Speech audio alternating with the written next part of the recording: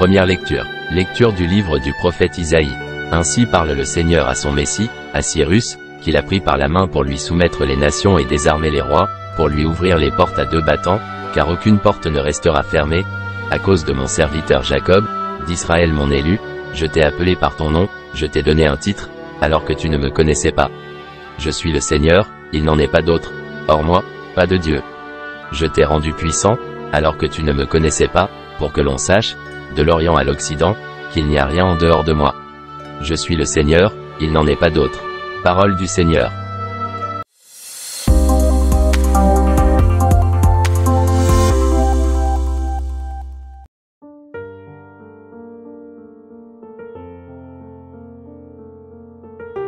Psaume, PS 95, 96, 1.3, 4 à 5, 7 à 8, 9 à 10 à C. Rendez au Seigneur la gloire et la puissance. Chantez au Seigneur un chant nouveau. Chantez au Seigneur, terre entière.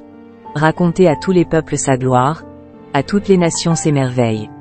Il est grand, le Seigneur, hautement loué, redoutable au-dessus de tous les dieux, néant, tous les dieux des nations. Lui, le Seigneur, a fait les cieux. Rendez au Seigneur, famille des peuples. Rendez au Seigneur la gloire et la puissance. Rendez au Seigneur la gloire de son nom. Apportez votre offrande. Entrez dans ses parvis. Adorez le Seigneur, éblouissant de sainteté. Tremblez devant lui, terre entière. Allez dire aux nations, le Seigneur est roi. Il gouverne les peuples avec droiture.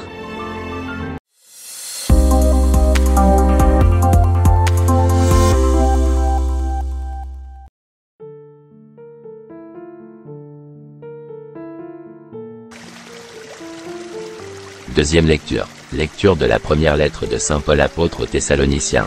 Paul, Sylvain et Timothée, à l'église de Thessalonique qui est en Dieu le Père et dans le Seigneur Jésus-Christ. À vous, la grâce et la paix. À tout moment, nous rendons grâce à Dieu au sujet de vous tous, en faisant mémoire de vous dans nos prières.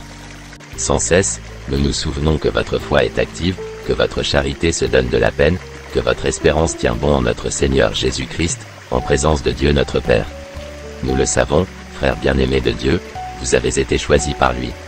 En effet, notre annonce de l'Évangile n'a pas été, chez vous, simple parole, mais puissance, action de l'Esprit Saint, pleine certitude. Parole du Seigneur.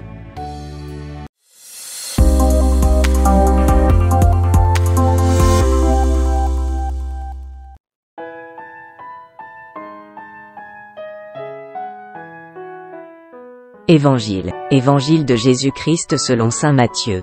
En ce temps-là, les pharisiens allèrent tenir conseil pour prendre Jésus au piège en le faisant parler. Ils lui envoient leurs disciples, accompagnés des partisans d'Hérode. « Maître, lui disent-ils, nous le savons, tu es toujours vrai et tu enseignes le chemin de Dieu en vérité. Tu ne te laisses influencer par personne, car ce n'est pas selon l'apparence que tu considères les gens. Alors, donne-nous ton avis. Est-il permis, oui ou non, de payer l'impôt à César, l'empereur ?» Connaissant leur perversité, Jésus dit, « Hypocrite, pourquoi voulez-vous me mettre à l'épreuve? Montrez-moi la monnaie de l'impôt. » Ils lui présentèrent une pièce d'un denier. Il leur dit, « Cette effigie et cette inscription, de qui sont-elles ?» Ils répondirent, « De César. » Alors il leur dit, « Rendez donc à César ce qui est à César, et à Dieu ce qui est à Dieu. » Acclamons la parole de Dieu.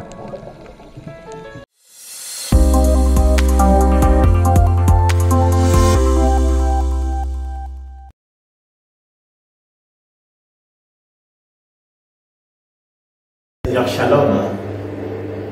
Alléluia.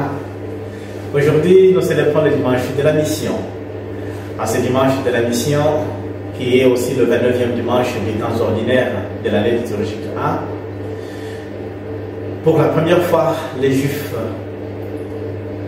les pharisiens, les chefs des prêtres, les chefs des anciens, ils ont la parole. Ils parlent après avoir tenu un conseil. Ils posent une question au Seigneur. Doit-on payer l'impôt à César, oui ou non?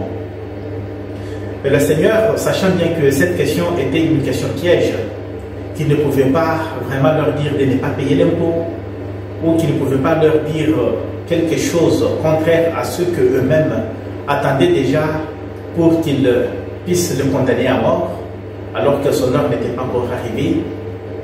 Il leur dit, amenez-moi une pièce d'argent, et dans cette pièce d'argent, identifiez vous-même l'image qui est là, les écrits qui sont là, à qui pouvons-nous les attribuer? Ils ont dit que ça appartient à César. Alors Jésus répond en disant, donnez à César ce qui est à César, et à Dieu ce qui est à Dieu. Cette réponse, elle est vraiment courante. Chacun de nous, même se réveillant du sommeil, il peut dire, donnez à César ce qui est à César, et à Dieu ce qui est à Dieu. Même ceux qui ne croient pas en Dieu, ils connaissent du moins cette expression.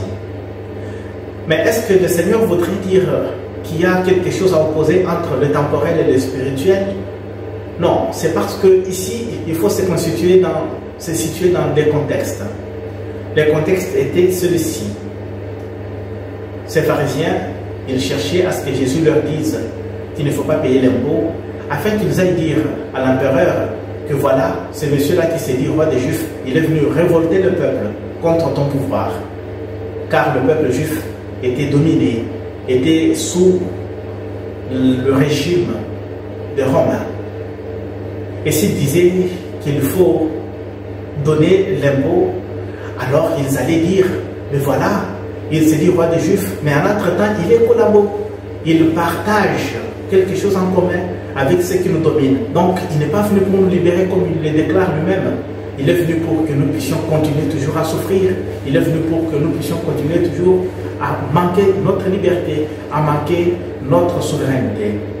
Or, le Seigneur, il est venu libérer le monde, libérer chacun de nous de l'emprise du mal et du pouvoir des dominateurs de ce monde. Donnez à César ce qui est à César et à Dieu ce qui est à Dieu. Toi qui m'écoutes, moi qui te parle, nous sommes l'image de Dieu. Donc si quelqu'un nous interroge, à qui appartiens-tu? Je vais dire, tu vas dire, nous appartenons à Dieu, car nous sommes créés à son image et à sa ressemblance. Et donc, nous devons à Dieu ce qui lui appartient. Qu'est-ce qui appartient à Dieu? C'est l'homme, c'est la femme. Qu'est-ce qui appartient à Dieu? Ce sont ces créatures que nous sommes. Et donc, en donnant à Dieu ce qui lui est dû, nous devons nous interroger de plus souvent sur son royaume. Je ne dis pas que nous ne pouvons pas nous mêler de la politique. Je ne dis pas que nous ne pouvons pas nous occuper du temporel. Mais nous devons d'abord savoir que le Christ lui-même nous a dit, cherchez avant tout le royaume des cieux, et le reste vous sera donné par surcroît. Et donc, si nous cherchons le royaume de Dieu, Dieu nous donnera la liberté dont nous avons besoin, nous libérera dans nos pays où nous vivons encore des situations de conflit, où nous vivons encore des situations de méfiance. Il nous donnera la joie de pouvoir vivre en frères. Et lorsque nous vivrons en frères, nous pourrons construire nos nations, nous pourrons construire nos églises, nous pourrons construire nos sociétés en tenant compte des valeurs de l'évangile que nous recevons chaque jour. Le Seigneur interpelle ceux qui viennent lui tendre des pièges en leur disant qu'il ne faut jamais vous occuper des choses extérieures à ce que moi je vous ai donné comme enseignement. Occupez-vous d'abord de ce que mon enseignement a provoqué en vous. Et en tant que missionnaire, en tant qu'envoyé de Dieu, chacun de nous, avant de pouvoir proclamer l'évangile du royaume des cieux, il doit savoir qu'il a beaucoup reçu de Dieu et qu'il sera aussi beaucoup réclamé par Dieu. Dieu t'a dit, dans la personne de son Fils, voilà, je t'envoie, allez dans le monde entier, proclamer l'évangile du salut, proclamer que le royaume des cieux est tout proche. Ceux qui croiront qu'ils deviennent des disciples, qu'ils reçoivent le baptême. Et combien de personnes as-tu déjà ramené auprès du Christ pour pouvoir bien célébrer ce dimanche de la mission? Le Christ lui-même, venant dans le monde, il n'a pas désapprouvé, il n'a pas négligé une catégorie de personnes, mais plus souvent, dans la mission qu'il nous a donnée, certains d'entre nous font la sélection. Ils cherchent des gens qui peuvent s'approcher, qui peuvent écouter leur enseignement, en cherchant à flatter, en cherchant à à mettre beaucoup de sentiments dans cette parole qui devrait être proclamée sans pouvoir y mettre trop de sentiments humains, mais qu'en écoutant la voix de l'Esprit Saint qui est en nous. Que le Seigneur nous aide à pouvoir vivre avec joie la mission qu'il nous a confiée pour que le monde sache que ce que, à son tour, le Père avait donné à son Fils comme mission à accomplir dans le monde, le Fils l'a confié à nous qui sommes ses frères. Et en proclamant l'évangile du salut, cherchons à créer la paix et non à créer la zizanie. Cherchons à créer l'harmonie dans la vie entre l'Église et les États, entre l'Église et les politiques. Cherchons à créer une vie cohérente entre nous dans la société afin que le monde, comme je le disais une fois, ne vienne pas nous interroger sur ce que nous enseignons, mais qui nous interroge sur notre propre vie en disant: comme vous vivez de cette façon, nous aussi nous pouvons imiter votre exemple pour améliorer notre société, pour qu'il règne plus de paix, pour qu'il règne plus de soucis de pauvres, pour qu'il règne plus de soucis du développement et de la joie que tout le peuple pourra retrouver sur ses lèvres. Que le Seigneur nous bénisse et qu'il accompagne la mission confiée à son Église et à chacun de nous. Amen, amen, amen.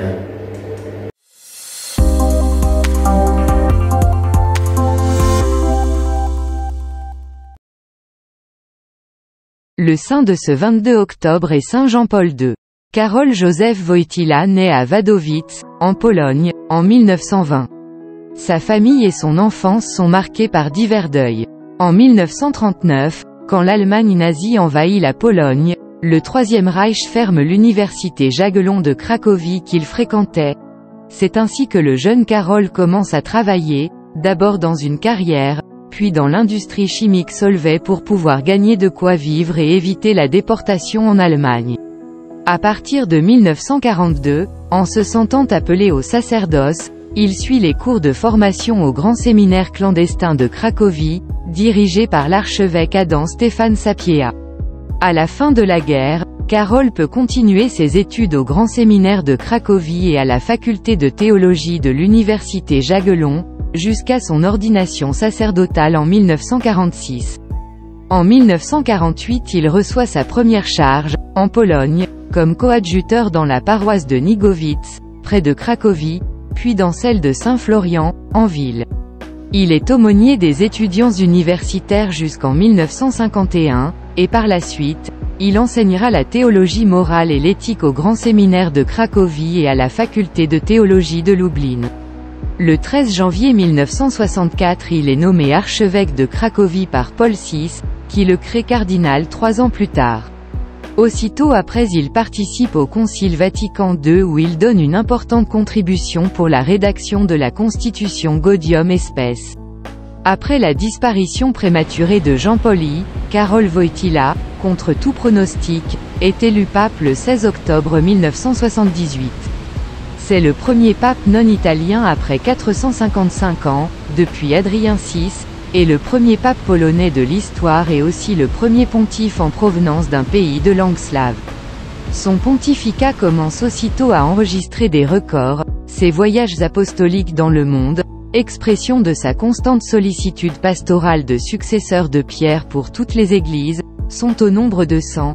Aidé par la connaissance de 11 langues, Jean-Paul II a toujours travaillé pour construire des ponts de relations entre nations et religions diverses, dans le signe de l'œcuménisme, la vraie boussole qui l'a guidé pendant son long pontificat. En Italie, enfin, les visites pastorales sont 146 et, comme évêque de Rome, il a visité 317 paroisses romaines. Sa sollicitude de pasteur trouve son expression, par ailleurs, dans l'érection de nombreux diocèses et circonscriptions ecclésiastiques, dans la promulgation des codes de droit canonique latin et des églises orientales, du catéchisme de l'Église catholique. En proposant au peuple de Dieu des moments de particulière intensité spirituelle, il célèbre l'année de la Rédemption, l'année mariale et l'année de l'Eucharistie ainsi que le grand jubilé de l'an 2000. Il se rapproche des jeunes générations en décidant la célébration de la Journée mondiale de la jeunesse qui a ses débuts dans la première rencontre à Rome le 31 mars 1985 et qui, depuis lors, sera célébrée tous les 2 ans dans une ville différente du monde, choisie par le pape, en prenant progressivement toujours plus d'importance.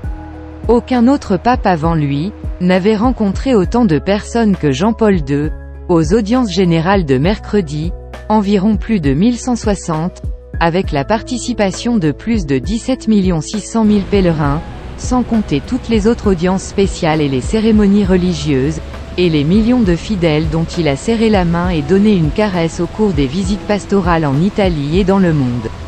Jean-Paul II a aussi subi un grave attentat sur la place Saint-Pierre le 13 mai 1981, c'était au moment où il venait à peine de commencer son parcours parmi la foule, lors de l'audience générale de mercredi, qu'il a été blessé par un projectile de pistolet tiré contre lui. Après un long séjour à l'hôpital, il pardonne à celui qui a attenté à sa vie, un Turc du nom de Ali Aksa, en lui rendant visite à la prison, où il a eu un long entretien.